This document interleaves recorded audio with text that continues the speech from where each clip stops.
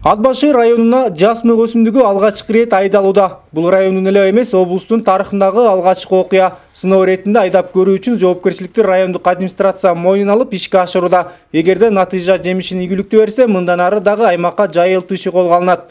Ишке ашып, чын эле ат башы жергесине өсө турган баягы бир өсүмдүк болуп бышса, мунун сатуу иштери дагы уже сүйлөшүлгөн. Бул бүткөндөн кийин продукцияны сатып алуудагы кардарлар бар да. Ошондуктан биз быйылкы жылга үлгү катары айдап көрөлү деп чечтик. Дыйкан Токтобек Токтомушев кабарды алыстан угуп бастырып келди. Анын айтымында жасмыкты айдамак түгүл көрө элек экен. Өсүмдүк быйыл абасы бийик, климаты катаал келген ат башыга өсүп кетсе, анда ойлонбой туруп үрөөнүн алып айдайм дейт. Анткени бул өсүмдүктөн түшүм алуу дыйкан үчүн кирешелүү тармак. Муну көрө элек болчубуз, быйыл ушул экини чечейитсе деп коет экен.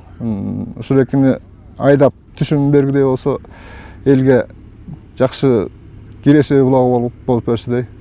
Жасмыкты районго айдоо үчүн көптөгөн изилдөөлөр жүргүзүлдү. Атайын айыл чарба жаатындагы адистер келип жер шартын көрүп, айдоо жердин аймагы тыкыр көзөмөлдөн өткөрүлгөн. Жыйынтыгында ат башынын аба ырайы менен топурак кыртышы өсүмдүк тамыр алып, кийим өмө байлашына толук мүмкүнчүлүк берет деген тыянак чыккан. Дыйканчылыкта жаңы культура, жаңы маданият айдоо себеби киргизүү максат кылдык. Адистердин айтуусу боюнча биздин климаттагы, топурактын шарты дагы туура келип атат да.